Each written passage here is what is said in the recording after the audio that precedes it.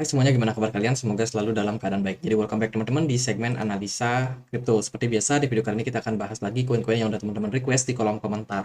Hari ini kita akan bahas soal Kaspa ya, sesuai dengan requestan dari Yohanes Chandra Irawan. Oke, thank you banget udah request. Kaspa hari ini diperdagangkan di kisaran Rp400, teman-teman. Harganya sedang mengalami sedikit growth.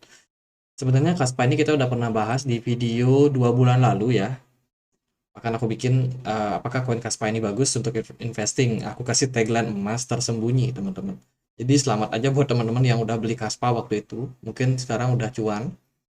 Ya, kita udah bahas sih soal Kaspa di video yang kemarin itu soal fundamentalnya. Meskipun sebenarnya menggunakan istilah-istilah yang sangat-sangat rumit. Jadi kalau teman-teman mampir langsung ke white papernya Kaspa, di situ teman-teman akan dapat sebuah apa ya, tujuan kenapa proyek ini dibikin. Jadi pada intinya proyek ini dibikin oleh beberapa mahasiswa dari Yerusalem University of Jerusalem, Israel, teman-teman. Ini yang namanya Yonatan sekian Yonatan Sompolinski, kemudian juga ada Sai Wiborski dan juga Afif Zohar. Jadi mereka ini adalah engineer and computer science di university di Yerusalem. Nah, mereka melihat nih bahwa ada sesuatu yang bisa mereka improve dari yang namanya teknologi blockchain. Makanya mereka menggunakan teknologi yang mereka sebut sebagai Phantom. Jadi project mereka ini disebut sebagai Phantom atau topeng, Phantom protokol ya teman-teman.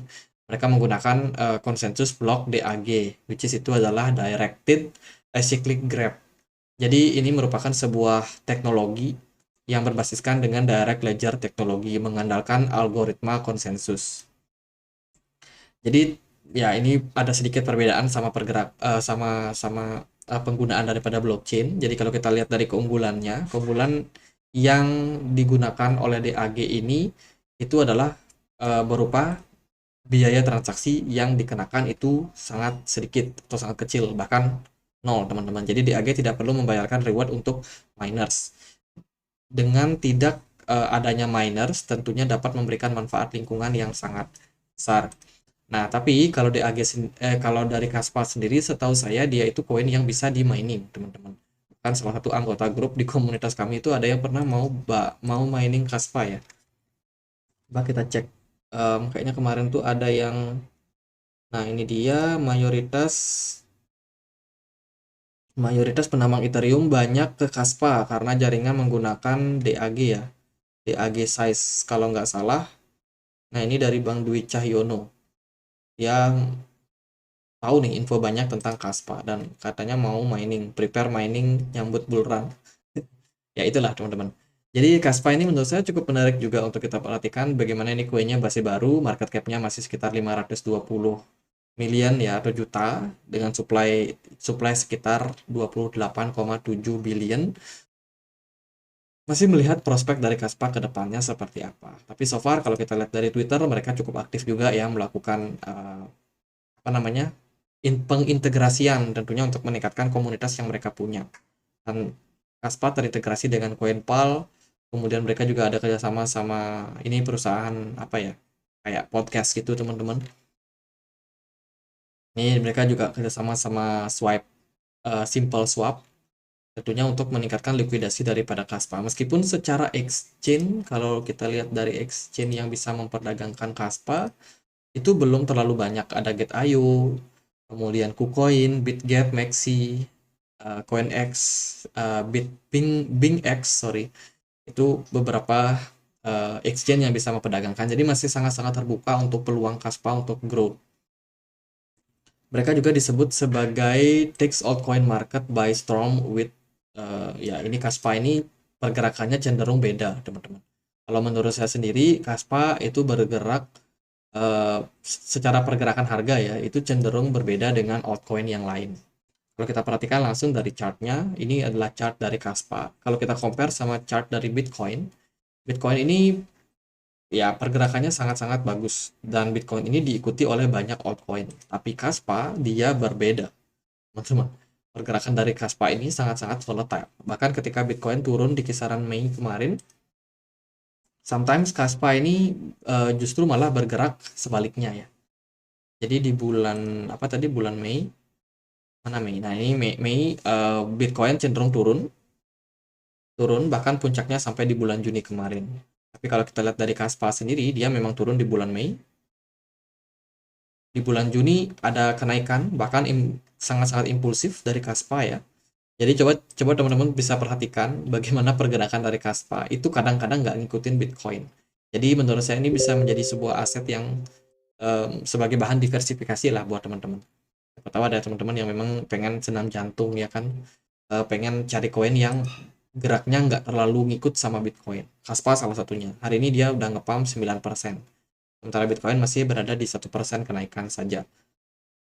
Secara pergerakan Kaspa cukup bagus, teman-teman. Dia lagi berada dalam level-level yang cukup menunjukkan bahwa Kaspa ini masih dalam posisi strong. Cuma kita harus waspadai sih sama koreksi yang bisa terjadi karena at the end sementara volume perdagangannya cenderung agak lemah ya untuk Kaspa. Terus juga dari MACD juga ada kecenderungan untuk membuat yang namanya bearish divergence. Dari Wheels masih cukup aktif. Jadi untuk jangka pendek saya rasa Kaspa masih akan bisa menunjukkan volatilitas yang lebih baik daripada sekarang. Jadi gitu, kalau teman-teman mau entry di Kaspa, ya bagi saya sih paling aman di CA aja dulu. Kaspa ini udah ongoing untuk naik lebih tinggi daripada level all time high-nya ketika dia awal listing di KuCoin. Jadi menurut saya ke depannya prospek dari Kaspa akan menarik untuk kita pantau. Ya itu sih, ini mumpung teknologi baru juga teman-teman. Kaspa secara pergerakan jangka pendek bisa kita lihat di sini teman-teman dia punya level resistance di kisaran harga berapa nih 0,028 ya. Dengan resistance tersebut saya rasa masih ada peluang untuk Kaspa untuk ngetes level tersebut sebelum akhirnya mengalami koreksi. Ini market udah mulai goyang kayaknya. Dari MACD sendiri dia cenderung punya kecenderungan yang ya masih menguat ya, masih dalam tren positif. Tapi kayaknya bentar lagi akan terjadi dead cross juga nih. Ini kita bisa tarik sebagai untuk melihat tren dari Kaspa ya. Ini Kaspa ini agak unik menurut saya teman-teman.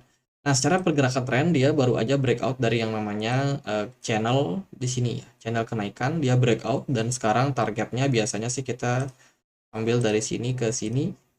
Kita pindahkan, maka target realistisnya ya ke level resistance di sini di 0,028. Jadi itu target terdekat buat Kaspa jangka pendek. Maka dia bakalan bisa kembali growth naik ya tentunya kita ya butuh koreksi dulu sih teman-teman menurut saya ya butuh koreksi dulu buat market kasih dulu marketnya koreksi nanti kalau udah ada koreksi teman-teman mau ambil barang itu ya bisa aja sementara sih dia masih bergerak dalam sebuah rising wedge karena dia bergerak dalam rising wedge kita expect terjadi koreksi yang terjadi pada Kaspa jadi gitu aja sih buat Kaspa nggak terlalu gimana-gimana teman-teman paling aman tetap di CA karena dia bergerak volatile dan kadang-kadang agak beda sama Bitcoin jadi ya, itu teman-teman. Semoga videonya bisa bermanfaat dan akhir kata saya Andri, makasih.